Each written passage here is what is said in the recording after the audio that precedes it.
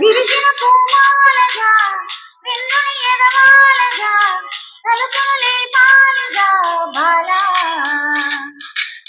పరగాలి తీయక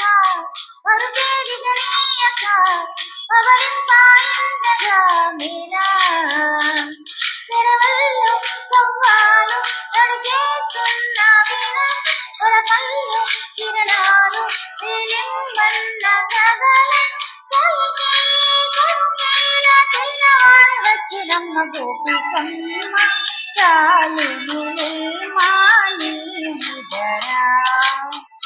గోపికమ్మ